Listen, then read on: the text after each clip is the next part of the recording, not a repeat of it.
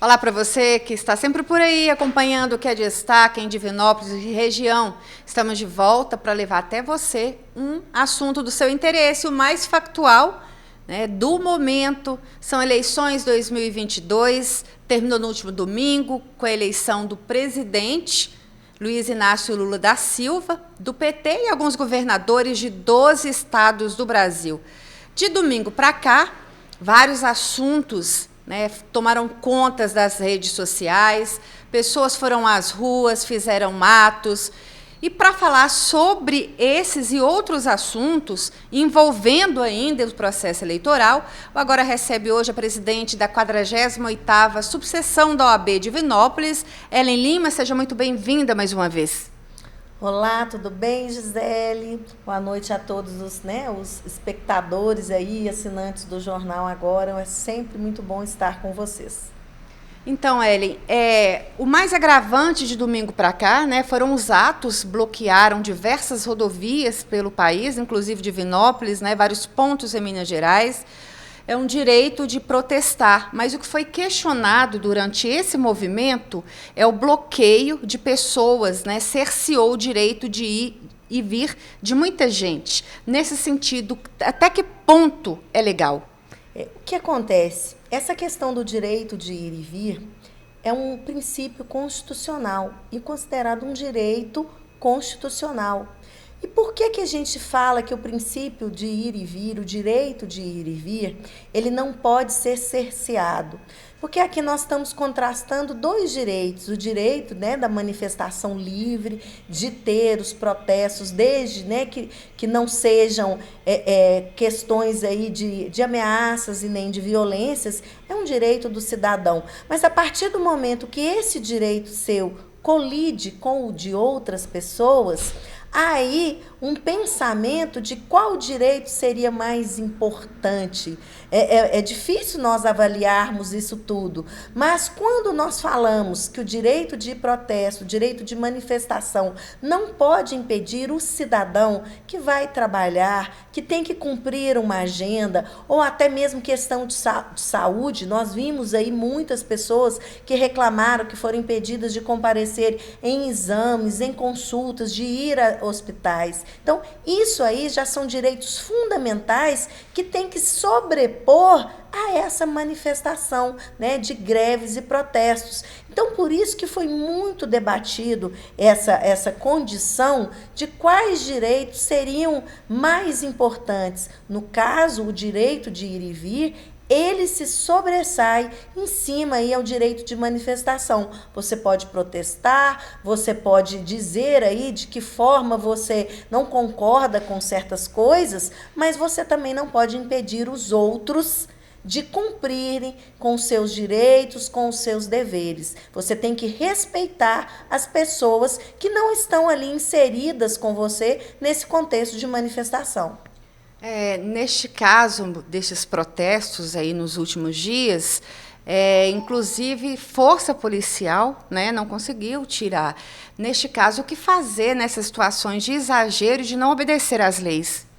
Aí nós já temos outro tipo de condição. Por quê? Porque se você tem uma ordem, né, a ser cumprida e você desobedece, aí você já está cometendo crime. Porque você está passando por cima de leis quando você recebe ordem para desocupar um local, quando você recebe ordem, por exemplo, se você está ali, está impedindo outras pessoas, e você tem aí outra questão que seria o descumprimento, mais o cerceamento do direito do outro. Então, você vai pensar, peraí, a partir do momento que eu tenho que cumprir essa ordem e eu não cumpro, você está aí um crime de desobediência. Principalmente se for analisado quem está te dando essa ordem. É uma ordem judicial, é uma ordem, né, da polícia que está ali no momento para defender também o outro cidadão que está ali para poder ter o direito dele tutelado. Então, são muitas questões que foram levantadas e a maioria, né, o que nós entendemos, nós, né, que estudamos a lei, operadores do direito, entendemos, porque por mais que você queira expressar o seu pensamento, você não pode impedir os outros que não querem estar ali. Então, você tem que sim seguir ordens determinando que você tem que cessar. Aí, você não concorda, você vai manifestar de outra forma. Outro assunto também polêmico, que vem acontecendo, na verdade, no Brasil inteiro, mas se intensificou nesses atos pós-eleição, foi o impedimento de profissionais da imprensa de exercer seu direito. Divinópolis, por exemplo, registrou um caso e, infelizmente, a gente vem assistindo isso aí no dia a dia, nos últimos anos, no Brasil. Aí eu vejo não só um cerceamento do direito, né, de ser informado, que a informação jornalística ela é para o bem também da sociedade, do cidadão. O cidadão ele tem o direito de ser informado. E você vê aí também que houve aí, às vezes, um exagero. Quando você fala, não, você não vai gravar, mas você está dando o seu direito, mas a partir do momento que você impede e expulsa, você pode estar aí ocorrendo em outras questões, que às vezes até crime, você não sabe se foi empurrado, né? Você não sabe se houve aí uma ameaça, uma coação ou um constrangimento. Então, você pode ser incluído aí em diversas questões a partir do momento que você também impede a cobertura jornalística. É um direito do profissional de cobrir um local de manifestação que é público. Se outras estão cobrindo, por que vocês não irão cobrir? E isso realmente tem acontecido em diversos lugares. Por quê? Porque o pensamento de muitas pessoas hoje talvez entendam que A ou B seja, influenciado ou que tem um pensamento diferente. Tudo vai acabar, Gisele, na questão da manifestação do seu pensar. As pessoas hoje elas estão muito preocupadas com que o outro possa representar o pensamento dela. E isso é muito perigoso, porque nós estamos deixando de entender o respeito que a gente tem que ter com todo mundo. E, dentre essas questões de respeito, muitas pessoas estão cometendo abusos, em discriminações, em constrangimentos e, às vezes, em xingamentos desnecessários. Você pensa diferente de mim? Que bom, você tem um pensamento diferente. Não quer dizer que eu concorde com ele, mas eu tenho que te respeitar. E o que está acontecendo nessas questões de eleições é isso. As pessoas estão se manifestando e, às vezes, com muito abuso, com muito desrespeito. E nós temos que pensar que nós temos aí 4 anos de um novo governo e que quem foi oposição continuará sendo oposição, com o direito de cobrar, de fiscalizar. Lembrar que nós temos representantes, no Congresso, no Senado, que estão aí representando o seu voto. Ok, para finalizar, Ellen, também envolvendo até a OAB, que publicou uma nota de repúdio em relação a diversos advogados que tiveram, de forma lamentável, seus nomes envolvidos em listas aí de WhatsApp, falando que votou, criticando por ter votado em A ou B. Essas listas chegaram ao meu conhecimento ontem. Depois algumas pessoas vieram até comentar comigo que elas já estavam rolando, em diversos grupos e mídias antes das eleições. O que eu quero pontuar primeiramente, que enquanto presidente da OAB, essas denúncias vieram para mim ontem, após as eleições, em que várias listas constando nomes, não só de advogados, mas de empresários, de lojas, falando nesse sentido: deixem de comprar, de usar ou fazer algum serviço, não contratem fulano, ciclano, porque votaram em determinado partido, apoiaram A, B ou C. Inclusive, veio ao meu conhecimento que existem outras listas no sentido contrário, que não é para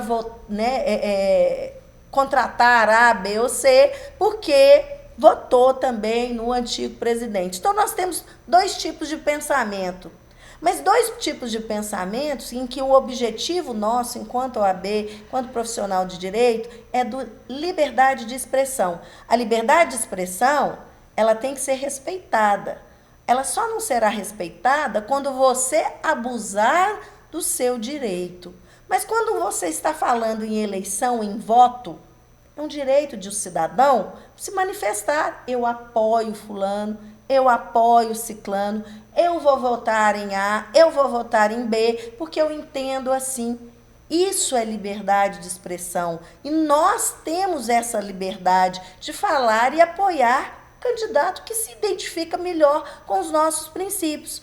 Quando você cria listas que falam, nós vamos boicotar fulano porque ele votou em A, nós vamos boicotar ciclano porque ele votou em B, você está colocando em xeque a liberdade que as pessoas têm em votar em quem elas quiserem, em apoiar quem elas quiserem. Então, isso é discriminação.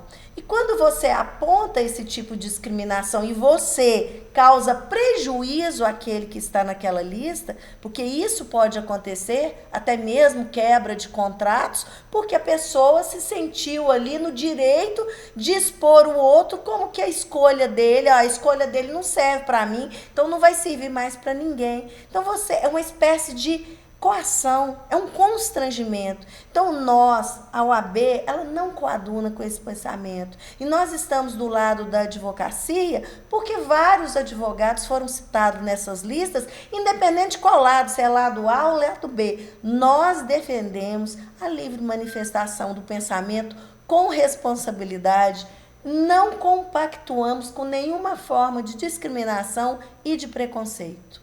Ok, Ely, mais uma vez, muito obrigada aí pelos esclarecimentos.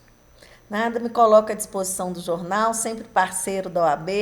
Estamos aqui para apoiar e, inclusive, nos casos que vocês precisarem, pelo menos tentar orientar as pessoas no sentido de que, gente, as eleições passaram. Vamos pensar aqui o que nós podemos fazer enquanto cidadãos para defender o nosso pensamento, o nosso princípio e cobrar dos nossos representantes, seja ele aquele que você escolheu ou não, mas cobrar deles a postura que a gente gostaria que tivesse para que nós tenhamos sempre uma sociedade justa e principalmente solidária.